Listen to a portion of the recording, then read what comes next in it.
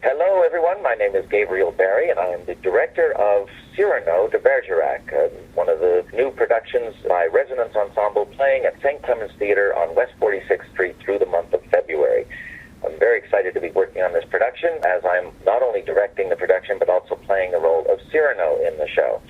Most recently on Broadway, I have directed the production of Amazing Grace. I also directed the off-Broadway production of Wild Party, and many, many other off-Broadway shows and national tours. And I also work in the Czech Republic and Asia. Very, very excited to be based here in New York and finally working here in New York again. As an actor, I appeared on Broadway a number of times and was nominated for a Tony Award for my performance in Starmites, and so I'm very glad to be treading the boards again as an actor as well. Particularly excited to have surrounded myself not only with a fantastic design team, but a fantastic, talented group of 7 other actors interpreting this piece with me. Together with Rick Sordelay and Alex Savronsky, I have adapted the play for 8 actors total. So it's a really exciting romp through the piece that adds a tremendous emotional weight to it, as well as adds greatly to the humor, and with musical score that underscores much of the play, as well as adds a few songs here and there. I think the piece is very lively and enlightening and a lot of fun. So we hope you can all come down and see it. I'm talking with Rabbi Sol Solomon on Dave's Gone By on UNC Radio. Oh, shalom, shalom, my friends, my theater-loving friends. This is your old pal, Rabbi Sol Solomon, the founder and spiritual leader of Temple Sons of Bitches in Great Neck, New York. And I am thrilled and delighted to be talking with a new friend of the neighborhood. His name is Gabriel Barre. He has a long, long resume, both as an actor and director on and off Broadway. Among his credits are a Tony nomination for the musical Starmites. He also directed that really terrific musical Wild Party off Broadway at Manhattan Theater Club, which was so much better than the Broadway one. And then he also most recently directed Amazing Grace on Broadway about that Goyish song. And right now you can go see him off Broadway acting and directing in the classic play Cyrano de Bergerac. We have him here right on the nose. Ladies and gentlemen, Gabriel Barre, welcome and shalom. Shalom to you, Rabbi Sol, and thank you for being here, and I love the nose pun. Well done, well done. Well, I do tell all those nose puns in Cyrano. It's the most famous scene where you get to make all those jokes. You're basically fending off the jokes by telling your own. Exactly. Good technique, I think, more politicians should use. Let me ask you, though, you're doing an adaptation of Anthony Burgess's version of, or translation of, the Edmond Rostand original. Why did you feel the need to, quote-unquote, adapt it, or how much adapting did you do? Sure, thank you. And this came about for a couple of reasons. I had a long love affair with the play itself. I just loved the play. I think it's an almost foolproof play with a fantastic story. I think borne out by the fact that it's been used in so many, many films and offshoots through the now 100-some-odd years that the play has been in existence. So I love the play, but what I found, having done a couple of productions of it in the past, in some cases distant past, is that a lot of theaters that would normally consider the play because they love the story so much actually rule it out because they consider it unproducible. It's very difficult period to costume. It usually requires a large cast that people think of it as a grand, elegant, lavish type show and production. The collaborators and I, Rick Sordelay, who's a well-known fight director on Broadway, he's done many, many Broadway shows and movies, and Alex Savronsky, who's a very talented actor and composer, the three of us got together and we said, wouldn't it be great to create a Cyrano that anyone could produce and figure out a way to tell the story with a minimum number of actors without shortchanging the audience on the meat of the show and the dialogue and the great relationships between Christian and Roxanne and Cyrano and, of course, Deguiche as well. So that was our goal, and we also felt the piece. I've read many, many musical adaptations of Cyrano. None of them, in my mind, have been successful, with one rare exception. Frank Wildhorn has one that I'm actually trying to direct as well somewhere in this country. It's already played in Japan and a few other countries quite successfully. He wrote it with Leslie Brickus, who he wrote Jekyll and Hyde with, and they've done a very smart thing with that musical version of Cyrano. But apart from that, I've never seen a musical of this production work well. Did you see the on Broadway a few seasons back? Yeah. They had that one from, I think, Holland, which came in. That was all right. Do you remember the song, Cyrano is lots of fun, he's lots of fun for every nun, because there were all these nuns singing this. Do you remember that? Yeah, I do now. And I look, they had some great stuff in it, but ultimately for me, and then maybe I'm prejudiced, if you will, towards the material, but it's very hard to musicalize some of those beautiful speeches of Rostan's without dumbing them down to make a lyric. Many times the songs become less intellectually provocative and less razor sharp in terms of the wit in some of the adaptations I've heard. So my point is that the language itself is musical in this piece. However, because of its romantic nature and the atmosphere that the piece generates, and because of the humor that's threaded throughout, I've always heard music with the piece. And so Alex and Rick and I set out to create an original score that could be a part of the telling of this story without imposing itself by way of converting major speeches into songs. So what we've come up with, I think, is a wonderful blend, balance, if you will, of text and music, where we've got some underscoring for certain text. We have songs in some of the transitions that do tell the story as well as change the locale. And we've come up with a really fun, simple way of producing the show that makes it extremely producible, fun to watch. The actors are out there all the time changing costumes. We have every actor except for Cyrano plays other parts as well as their principal role. So it's fun for the audience. And what's amazing is even the few rehearsals we've had so far with people, the audience goes with it right away, and they really enjoy that aspect of the show. So that was one of the main reasons we wanted to create a version of this play that's highly producible, that accentuates the fun and humor in the piece, and also brings a musical element to it. It's an ongoing developmental process, of course, but we're very proud of where we've gotten with it, and so far audiences are really enjoying it too.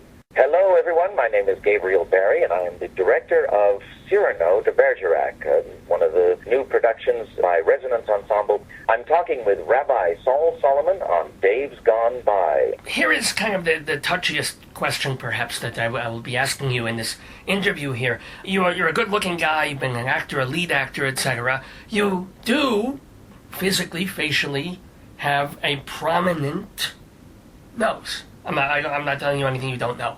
Was it weird to think about doing Cyrano, but did it affect you in a certain way? Does the material speak to you in a certain way because you have a prominent proboscis? Actually, it does, yes. I mean, without without begging for any sympathy whatsoever, I certainly was teased about my nose growing up, and so when I actually thought about becoming an actor professionally, and I was in high school, I had to come down to New York from Vermont, where I grew up, and audition for an acting school here. And, of course, my acting teacher, who I'm still in touch with, my English teacher, actually, who was the drama teacher at high school, he suggested I look at Cyrano de Bergerac. And so I read the play when I was a teenager, 15 or 16, and immediately saw myself in the role of this character, partly because of that. I think, yes, people had made fun of my nose growing up, and it was a source of humiliation, and it in part made me who I am, of course, which I'm grateful for. I'm glad to be who I am. Well, did you become an actor to be like, I'll show them? I wouldn't say it motivated my wanting to become an actor per se, but it certainly motivated my fascination with and interest in and love for this character.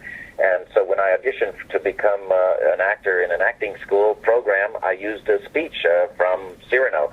And so my relationship to the material goes that far back, and that was a while ago. I since had a chance to play the role under the direction of David Feldshuh, Tova Feldshuh's brother, and we collaborated on the translation for that and did it up at Cornell University, which I did as a guest artist. And then I played the role in 1998 at the Drew University campus through the Shakespeare Theater of New Jersey, and that was under the direction of Bonnie Monty, the beautiful woman who played Roxanne in that production, named Trisha Paluccio, a wonderful actress. A year later became my wife. I was going to say, be careful. Your wife just walked in, and you're talking about this beautiful actress woman, but you married her, mazel. Yes, and so we fell in love doing the play, and married a year later, and now have two beautiful children as well. And I have, mainly been directing for the last 15 years, but a couple years ago had a chance to try out some of the ideas we're now doing in the production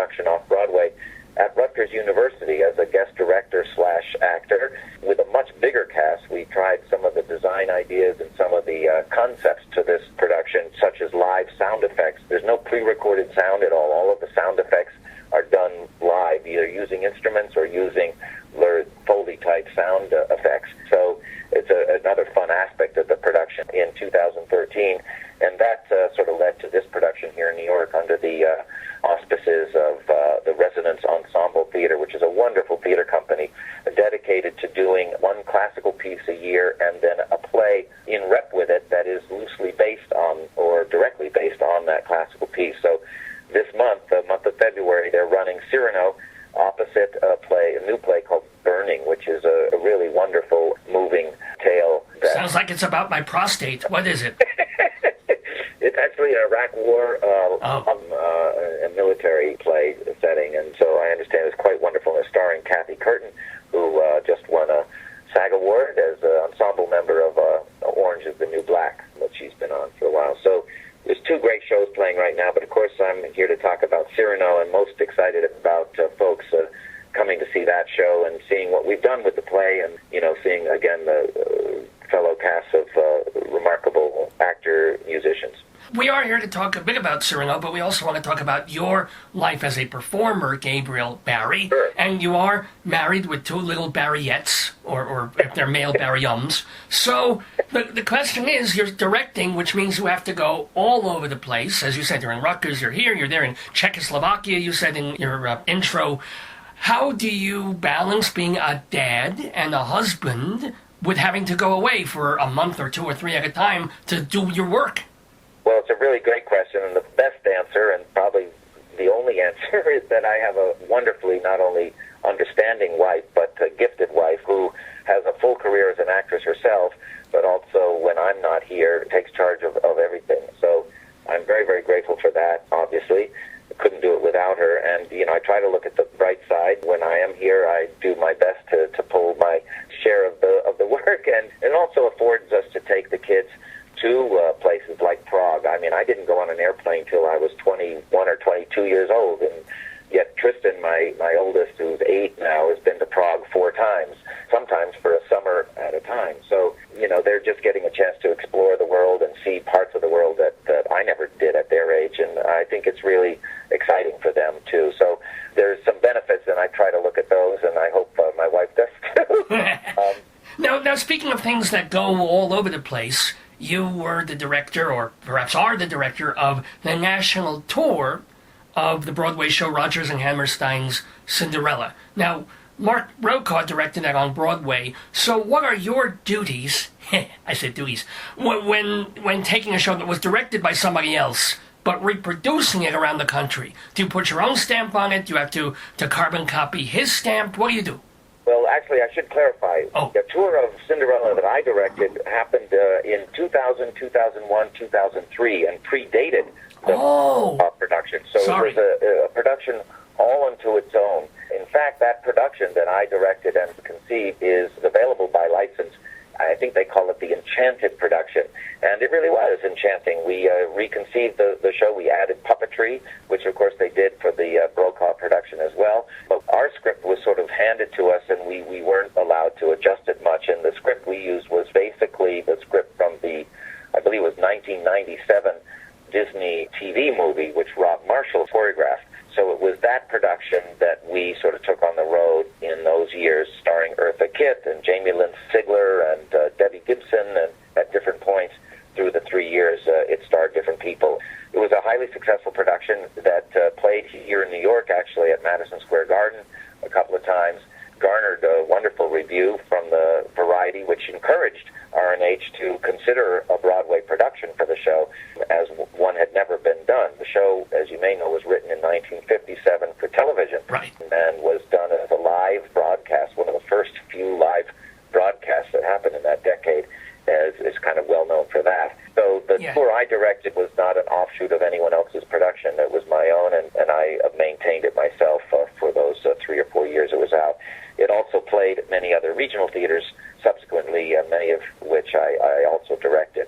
But here's the reverse question then. You kind of nurtured that Enchanted version along. Was there a day that you then opened? I mean, as an actor and a director, people go through rejection and disappointment all the time. Did you open up Variety one day and say, "Oh, God damn it, they got Mark Brokaw to do this. I dig it. What the hell?"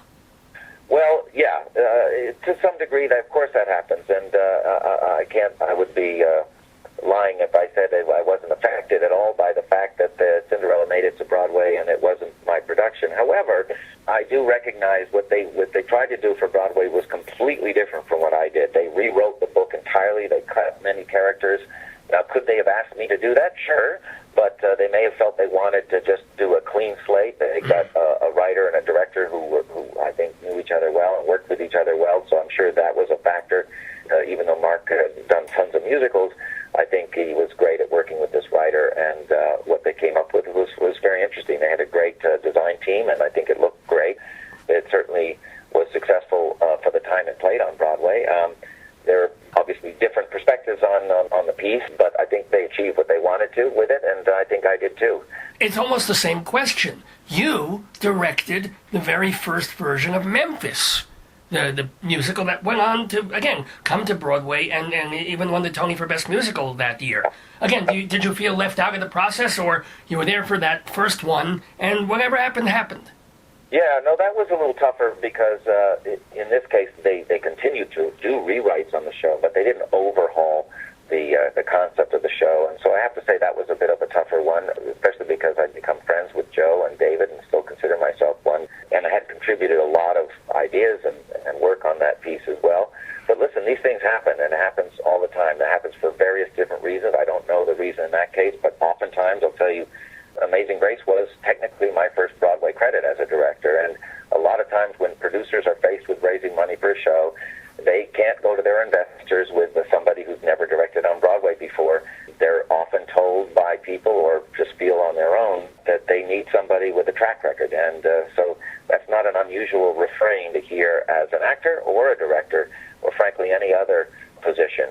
Any designer has gone through that as well. Choreographers go through it. Very common to have that kind of catch-22 of Broadway. It still has that allure of like, well, if you've done Broadway, you're a professional, or not just a professional, but if you've done Broadway, you're capable of doing Broadway. But until you do Broadway, you're not, or you're just riskier, let's put it that way, in terms of raising money.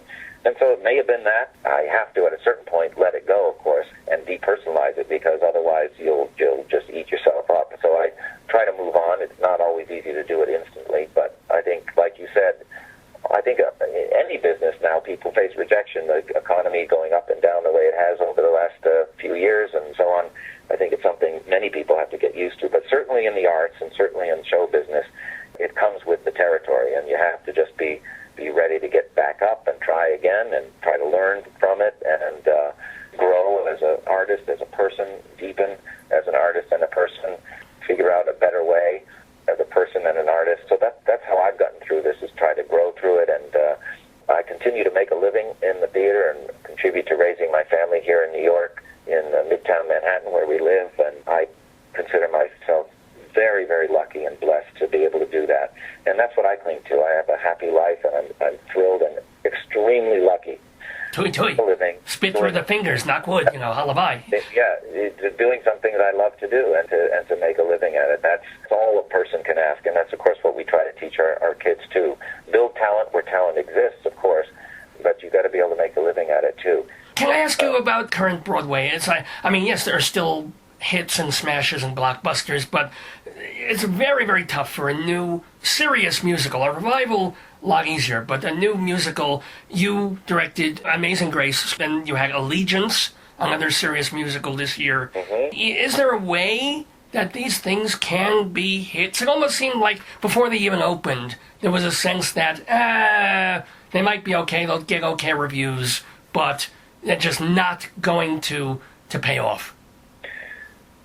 I acknowledge that, and I do think it's an uphill struggle for shows like that. And the fact that either one of those shows made it to Broadway, and let alone in the same season, I think is a minor miracle in and of itself.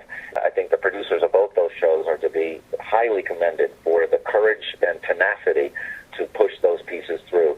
They weren't easy to do, and they weren't vanity productions, and they weren't handed to people. So just to see something like that through is great, and I think the more producers that are encouraged to do it and somehow find the courage to do it, the better, because that will pave way, theoretically, for other shows. Obviously, if you can have a smash success doing that, that's better.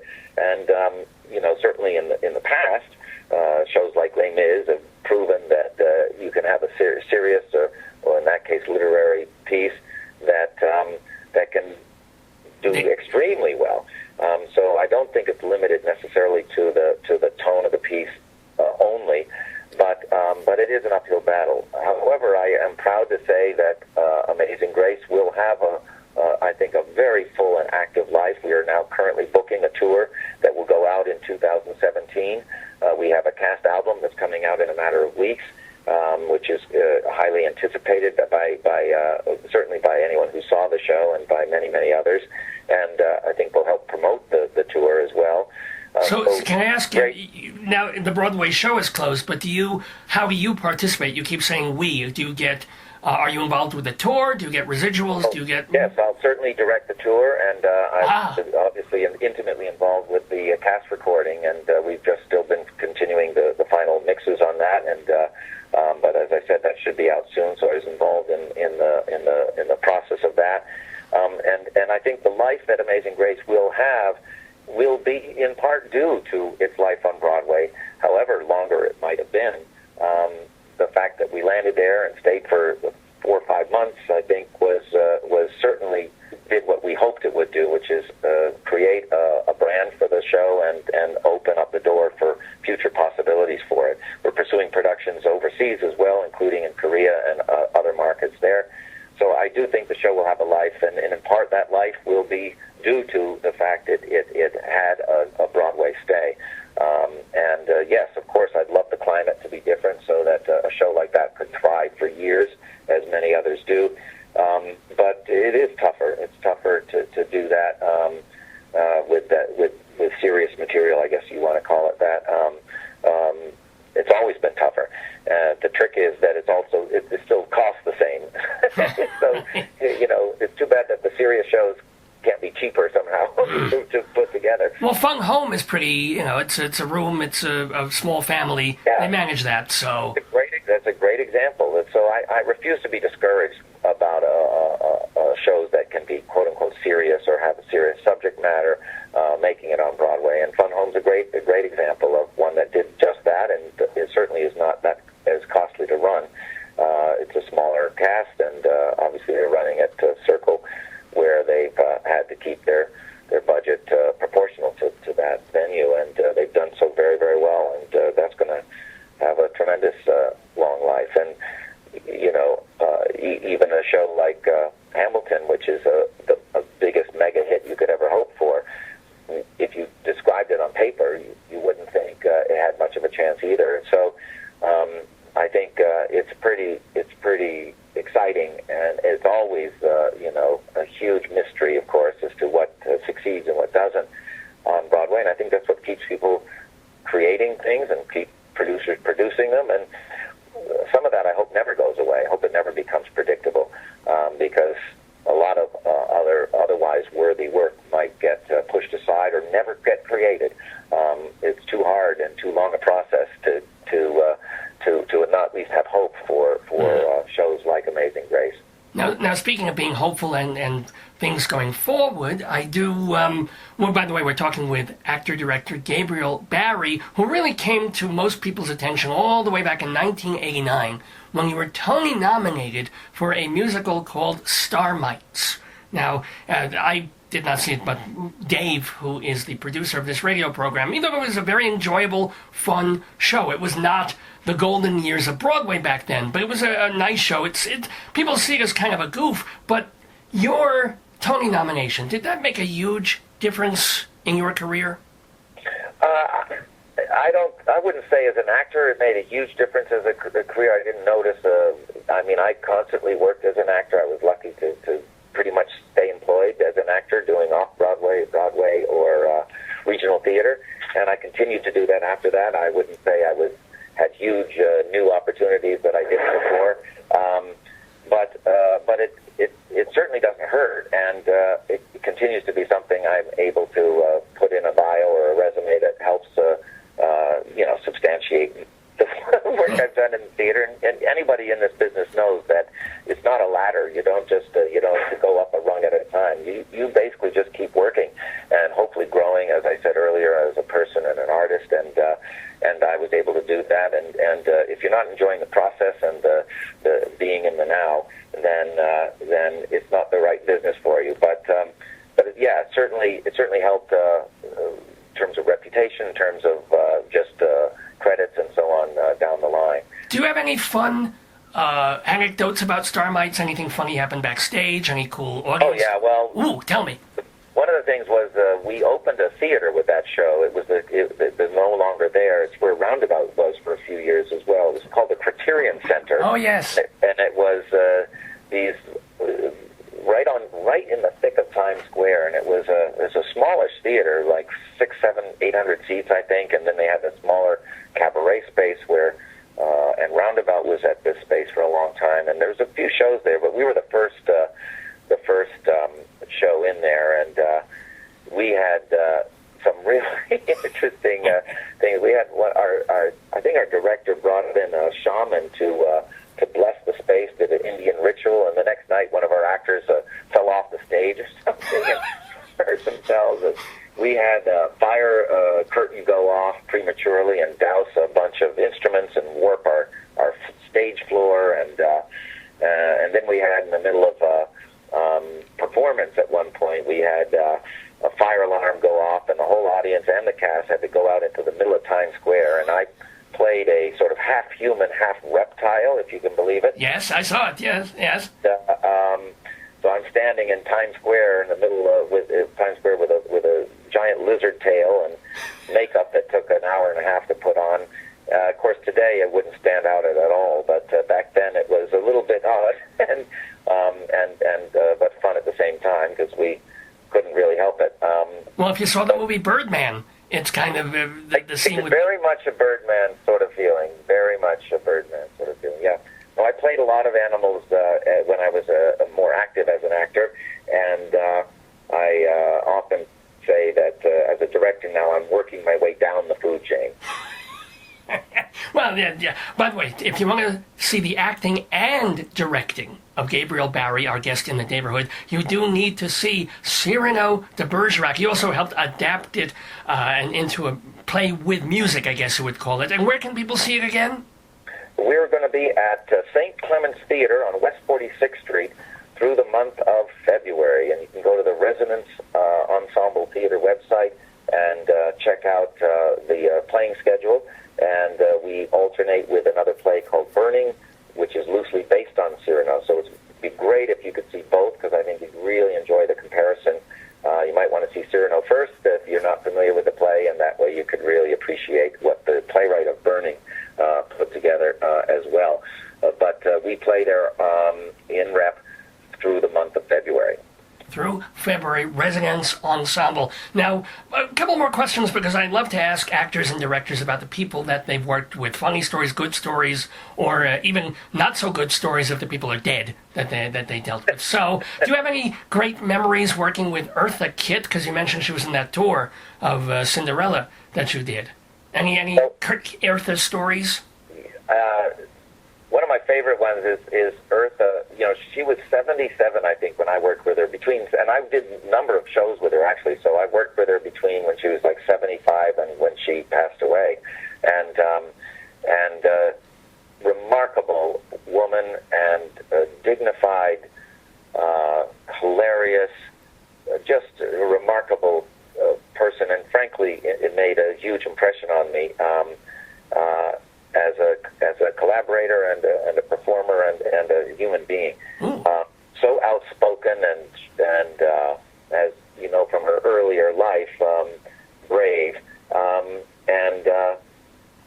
but she also knew what her assets were, and one of those, or two of those, I should say, were her legs, and she loved to show her legs. And I remember one of our costume fittings, she basically took the dress she was wearing, which was a floor-length sequiny kind of thing that made her look like a tree, because in my production she was sort of born from this tree and came out in the garden to answer Cinderella's plea. She played the fairy godmother in the show.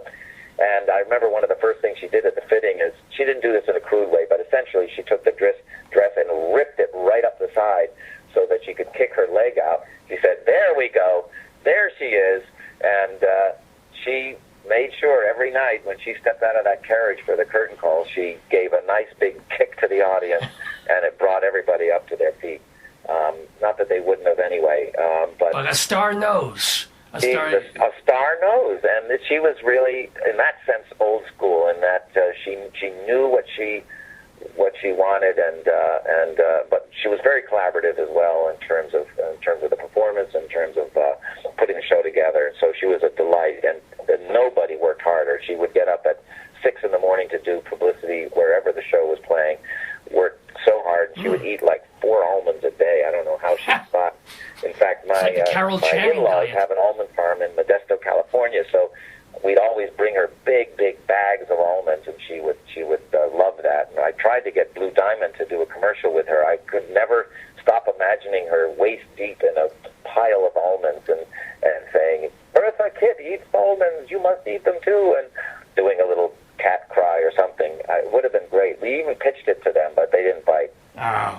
A bite being a literal term there. Now, I said a star knows, getting back to the nose puns, and Cyrano. Someone else who played Cyrano at one point off Broadway is Frank Langella, who's going to be actually on Broadway this season in a different play. But you worked with him in 1989, actually the same year Starmites, in A Tempest. Also, B.D. Wong was in there. Now, Langella has a bit of a reputation. Do you have any Frank Langella stories?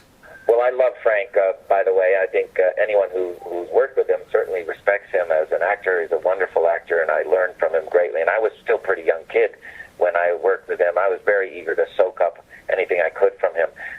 I played his brother in the play, The Tempest, and at the very end of the show, Frank came out in dress rehearsal, and he said, "And you, brother," and without any notice or any warning, he hauled off with his right hand, which is quite huge, and smacked me across the side of my head. And it was so strong a hit that it actually, and surprised me, that it actually picked me up and landed me right on the floor. It literally knocked me off my feet. And of course, nobody else on stage could believe he did that, because it was completely unrehearsed. He was just in the moment, I guess. But being the young, eager actor I was, I think I told him after the show, I said, "That was awesome. Do it again." I hope he did not, because equity would get involved. Like the Evan Handler thing with, what was his name, Nicole Williamson, and all that. Oh, yeah, that was around the same time. It was a little before then, I think. But at any rate, it was pretty funny. And again, I don't hold it against Frank. I may have encouraged it somehow in my attitude or my performance. He did not do that again, I assume. No, I don't think he did, actually. Somebody may have talked to him. I don't know. I didn't ever. Yeah, but voice any objection to it. But it would have been wonderful for the play, but you would have had brain damage by the end of the run. It was one moment that came back to me, yeah. Yeah, I can see that. Oh, my God. Well, what are another one or two people legends that you have worked with that you've either had wonderful or funny experiences or anecdotes about? One of the first equity shows I did as an actor, Actors Equity, the acting union, the first show that I did once I joining the union was the first national tour of a show called Barnum, which is a wonderful musical by Cy Coleman. And this was the first national tour, just going out only, I think, a year after it opened on Broadway. And it starred Stacy Keach and the wonderful Dee Hoty.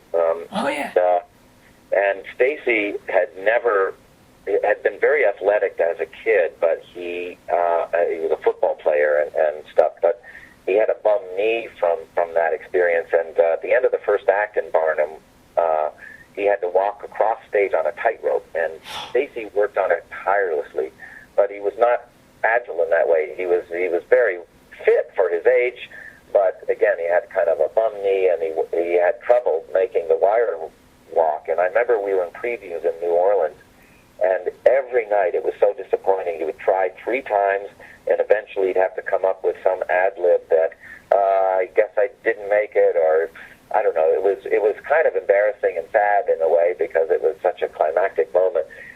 Finally, on opening night in New Orleans, he set out on that wire, and you could have heard us all screaming inside, "Go, Stacy, go," because we loved the guy. He was so affable and fun to work with and inclusive, and so we were all rooting for him. And as soon as he made the cross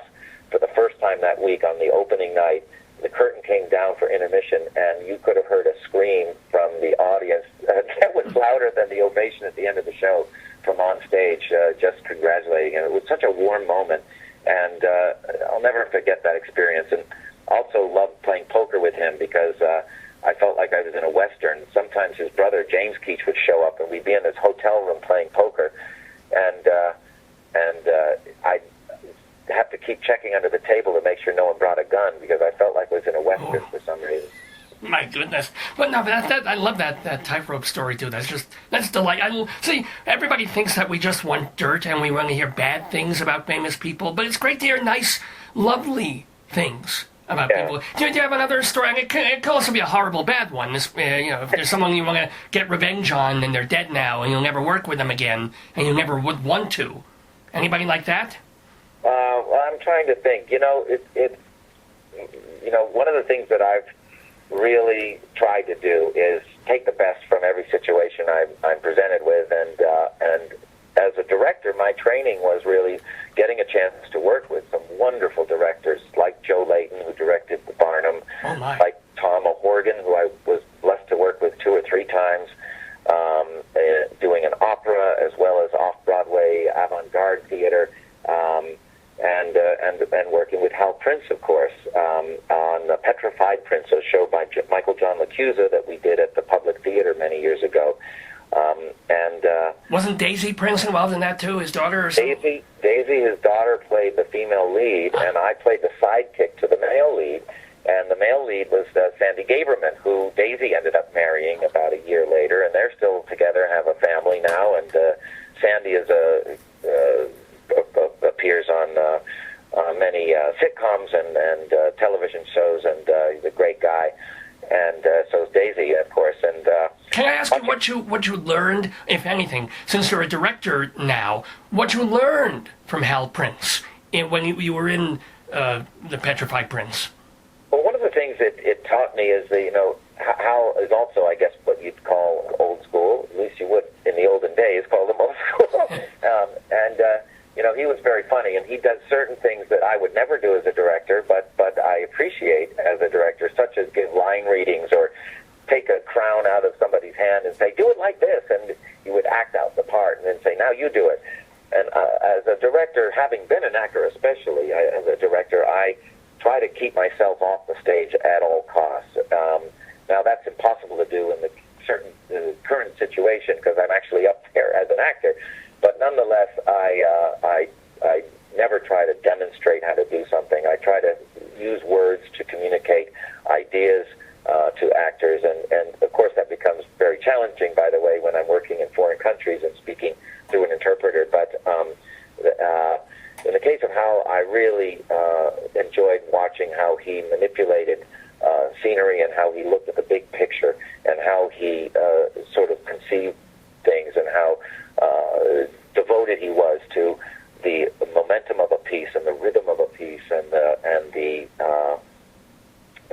to the writing. So he would often cut things out, small things, little big things, to make the piece flow more smoothly. So I really appreciate his work as an architect and as someone who works with architecture really, really well. Now, I have to ask, I assume Tom O'Horgan, who people probably know best from Hair, worked very, very differently. Very differently, and so my work as a director becomes a culmination of all the people I worked with. Tom was extremely organic. I never got the sense he did any pre-production except to say, okay, build that or build something, but his pieces evolved extremely organically, and usually that meant the set scenery and props and stuff as well, which is a really great way to work if you can afford to do it. And he worked, in his case, in many cases, on a small enough scale or off Broadway so that he could afford to do that, and he had a team of people around him building stuff as he needed it. So I really enjoyed working with him and really appreciated how organic he worked and how he let it, staging even, evolve from the performers directly. I like to go in with a game plan, but I consider that a backup plan, and still like to see what happens in the room between actors because I feel like there's so much rich opportunity there. So I tend to, or try to, look at my rehearsal process as a complete collaboration from everyone in the room. I got a lot of that from Tom, and really, really appreciated that aspect of what he taught me as well. Can I ask you? Leighton, was kind of a combination of both. I mean, he's very high energy, but thinks outside the box and thinks very, very physically and in pictures. And of course, I think theater is first and foremost a visual medium, and so I really appreciated that from him, and the way he used, created a theatrical vocabulary for his shows that moved the show. And I've sought to do that in every show I've directed as well, and find what is the function of the ensemble here, and how can this show use what the show is about, not just where it takes place and who it's about, but what is the theme of any particular show, and how can it capitalize on that in visual ways and in ways to make the show flow and propel. And so I learned a lot of that from Joe Leighton as well, and watching him, and many other directors, some great directors and some not so great. I learned from them as well in terms of what not to do often. So Oh! You don't have to mention a name, although you can. Who's a not so great director that you learned what not to do from? And what was it not? One director started a rehearsal process, and it's funny, in contrast with what I just said, staying open to influence and to ideas, but you also don't want to start a rehearsal process saying, I don't know what to do. Oh boy. I don't know how the show is going to happen, but we'll do it together, okay? And I think it's really important to make sure the audience, the company feels secure, loved, and protected. And I do think, this isn't demeaning in any way. I think there is a parental sort of relationship that's set up between a director and the rest of the team. And that's something I'm still learning and growing into in many ways. But people want authority. They need authority. They need direction. So I think being open and organic and influenced by all the ideas in the room is great, but there also has to be a firm hand, because people need that. They desire it, at least in the theater as it's constructed now. Obviously, one of the reasons we explored this idea of my directing and performing the role of Cyrano and directing a production came from a desire to explore the actor-manager relationship, because as many of you probably know out there, that the role of the director is only about 100 years old. Before then, actors did direct themselves, and usually it was the lead actor that would take the lead and the charge of putting a show together. And so we were trying to explore that relationship as it might have been in the days of Molière, say, when this play takes place, even though it was written in the late 19th century. So that's a really interesting notion that over the last 100 years, I think, though, the role of the director has certainly not only come into being, but it's established itself.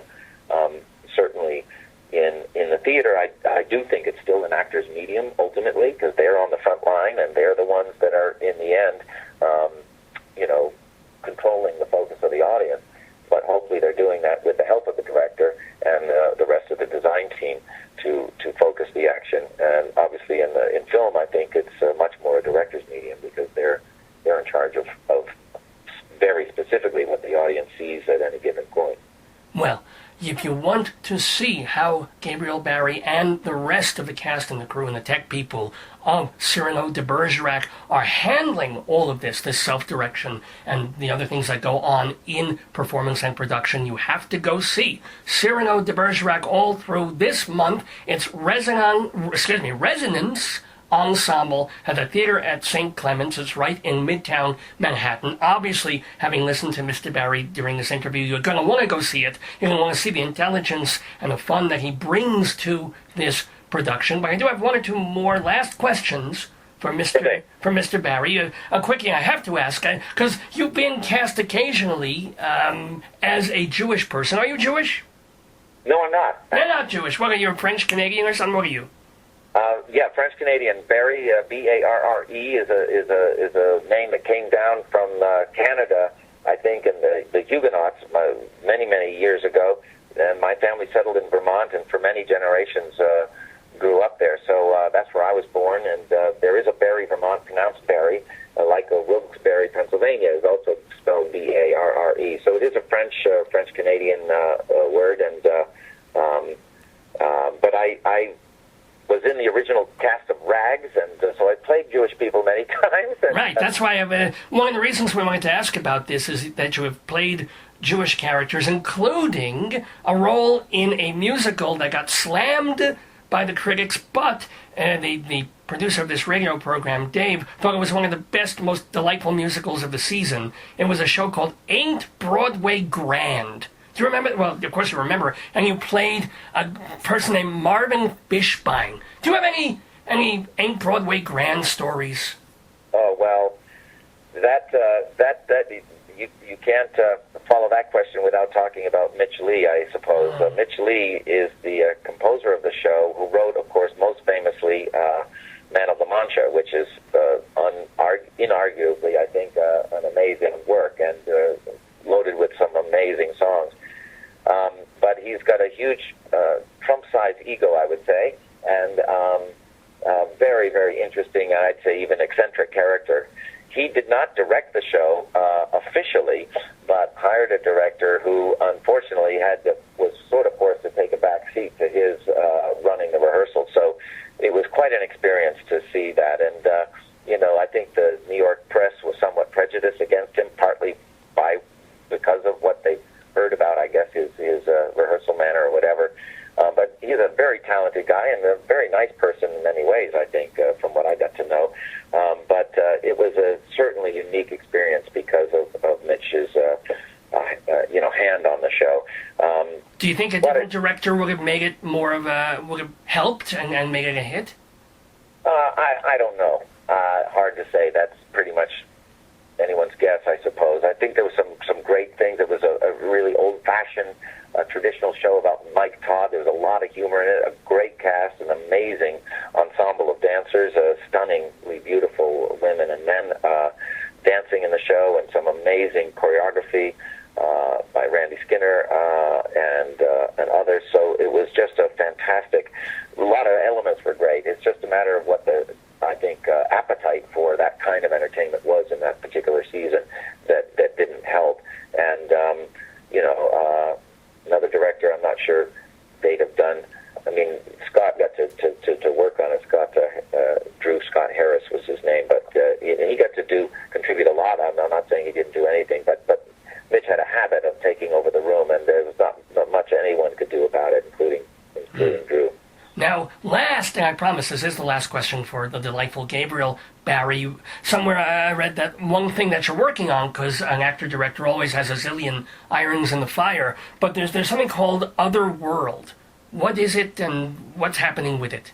Oh, wow. What? You do your research, Rabbi. Yeah, look, it's all in Hebrew, but yes.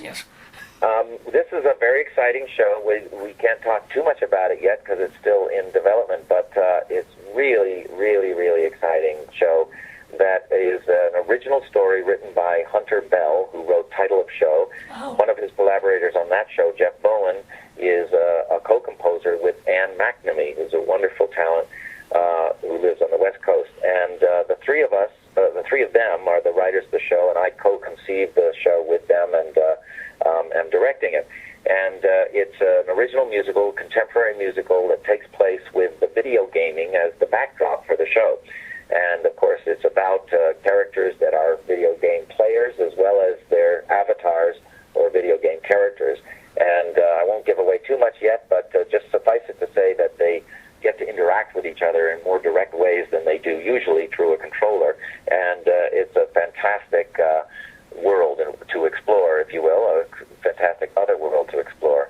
And we're beginning talks and discussions with a very, very exciting company to help realize the world and the characters. And we're also exploring with University of Connecticut and other outlets some truly groundbreaking technology by which to sort of suggest this world on stage, and yet, of course, most importantly, keep it theatrical. So we're not going to be doing a movie on stage or anything like that. It won't be all holograms and right. Yeah, exactly. No, we're using puppetry and things that definitely still leave room for the audience's imagination, which I think is crucial for any theatrical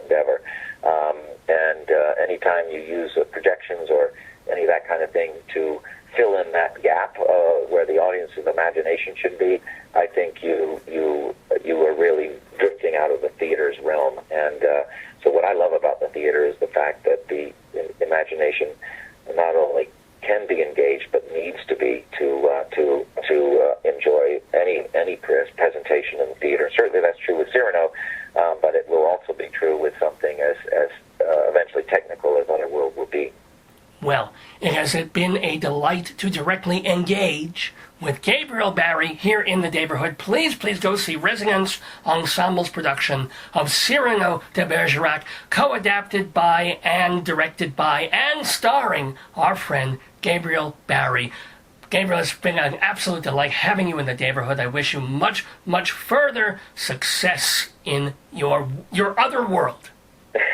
Rabbi, thank you so much. It's been a real pleasure and joy talking to you too, and really appreciate your support. Thank you so much, and hope you all can come see the show soon. Thank you. Shalom to you.